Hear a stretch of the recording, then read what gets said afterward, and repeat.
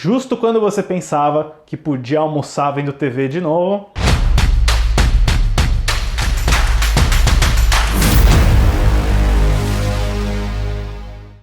Olá, fãs da Sétima Arte, meu nome é Lucas Nascimento e esse é o Lucas Filmes, e hoje eu tô aqui para falar sobre Crimes do Futuro, Crimes of the Future, novo filme dirigido por David Cronenberg. Mas antes, vou pedir para você curtir esse vídeo, se inscrever no canal e ativar o sininho para não perder notificação dos próximos vídeos. Se você nunca ouviu falar em David Cronenberg, prepare o seu estômago. O cineasta canadense foi um dos nomes mais fascinantes aí da década de 70, 80, 90, até os anos 2000, justamente porque ele era um diretor que ficou muito associado com o que a gente chama de body horror, que é aquele tipo de filme cheio de nojeira que explora muito relações de personagens com o corpo, geralmente num viés de terror, num viés de ficção científica. Tem muita essa exploração na carreira dele em filmes como Videodrome, Crash ou o ótimo remake dele de A Mosca. É um cara muito único, muito interessante, muito perturbado também de se analisar, que rendeu algum dos filmes aí mais únicos de seu estilo. Nos anos 2000, o David Cronenberg passou por uma fase bem diferente, uma fase um pouquinho mais madura, por assim dizer. Principalmente quando ele começou a trabalhar com um dos principais colaboradores dele, que é o Viggo Mortensen. Eles começaram fazendo Marcas da Violência, que pessoalmente é meu filme preferido da carreira dele, Senhores do Crime e até um filme sobre a relação do Jung com Freud, um método perigoso.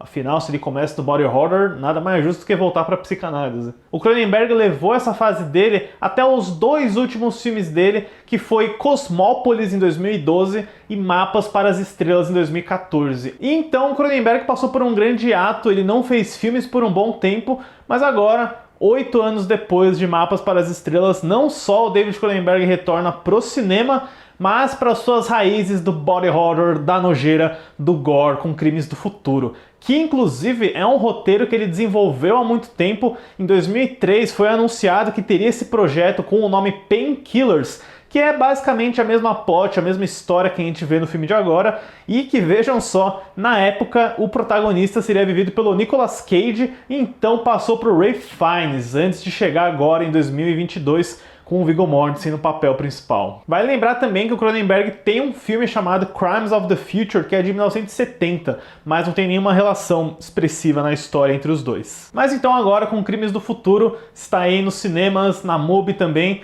É um filme que eu pessoalmente enxergo mais como um tô de volta no Cronenberg do que um filme propriamente dito. A história do filme é ambientada em um futuro em que a humanidade não sente mais dor, onde só nos sonhos é possível ter alguma sensação crítica.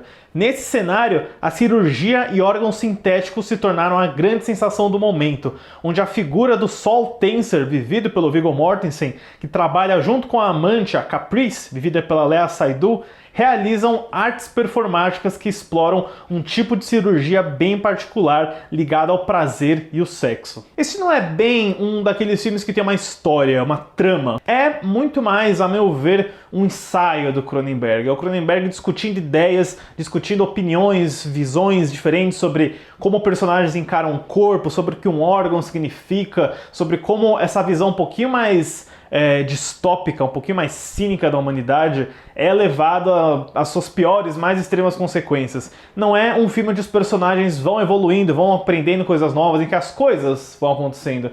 Tanto que em vários momentos a gente tem personagens espalhados numa sala conversando, divagando, filosofando sobre coisas novas com o corpo, sobre a biologia humana, sobre a evolução. É um debate que vira e mexe, pode ser interessante, mas se você curte algo que é mais voltado para uma narrativa, para uma história, para ação e reação, esse pode não ser muito bem o seu filme. Eu confesso que, apesar de ter gostado de algumas ideias, de várias soluções, tem um mundo muito interessante por trás do que acontece no filme.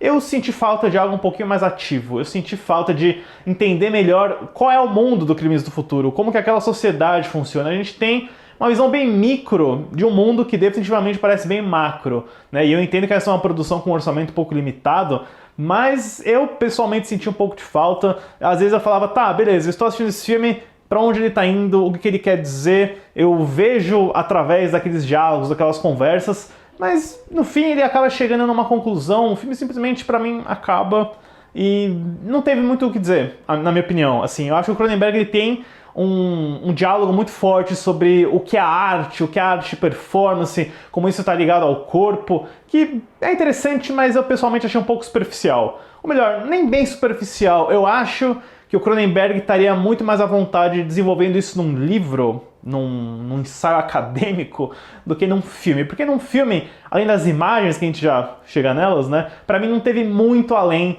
para poder explorar na superfície. Mas de novo, eu acho que se você curte essa pegada um pouquinho mais cabeça, um pouquinho mais art house, Crimes do Futuro pode ser uma experiência bem interessante, mas pra mim eu acho que faltou um pouco de conflito, um pouquinho de rumo, porque basicamente a história inteira gira em torno do Sol tentando decidir se ele vai ou não realizar um novo tipo de show, uma performance macabra envolvendo o personagem do Scott Speedman. E fica meio por isso mesmo, apesar de eu gostar muito do Viggo Mortensen, eu acho que ele tá bem nesse filme. Eu adoro aquela roupa meio de monge Jedi das trevas que ele usa o tempo inteiro. De novo, como o corpo do Viggo Mortensen ele é tratado como o ganha-pão dele, como uma grande forma de expressão, também pelo fato de que o corpo dele gera novos órgãos, né? Tem toda essa subtrama bem sci-fi, bem cyberpunk aí. É como se ele tratasse o corpo dele literalmente como um templo, só usando roupas confortáveis, meio largas, e trazem essa presença quase sobre-humana pro personagem dele. Eu achei isso muito interessante. Acho que a Léa Seydoux tá muito bem também, tem uma relação interessante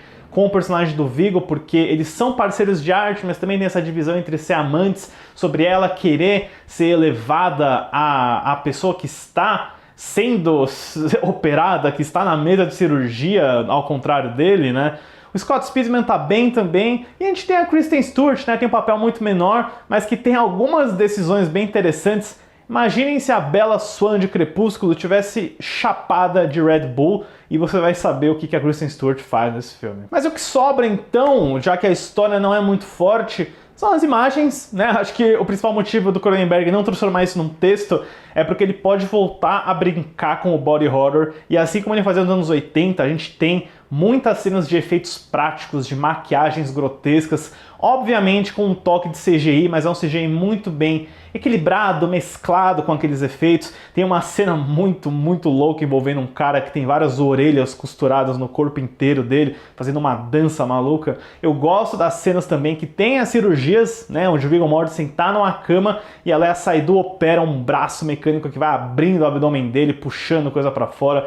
Eu achei muito curioso, inclusive, que o design dessa cama, o design da cadeira onde o Viggo Mortensen tem que comer, me lembra muito o trabalho que o H.R. Giger, que é o designer suíço, fez para o Alien, o filme do Ridley Scott, né? Ele é um dos caras que tem uma visão mais perturbada, mais única, gótica, sexual, né? Basta olhar o filme do Alien, o design do xenomorfo em si, você entende exatamente qual é o trabalho do Giger.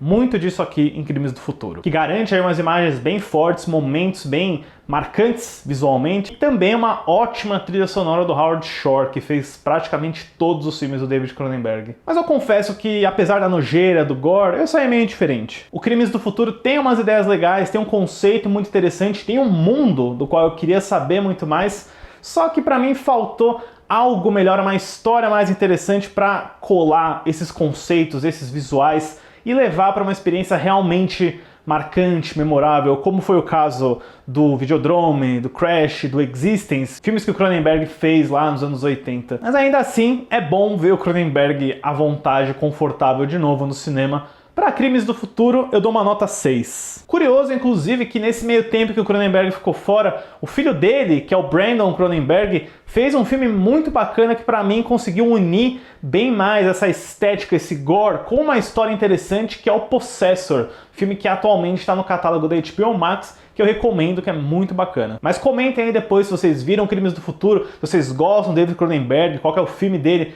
preferido de vocês. Deixem nos comentários e fiquem ligados no canal. Obrigado pela visita e até a próxima sessão.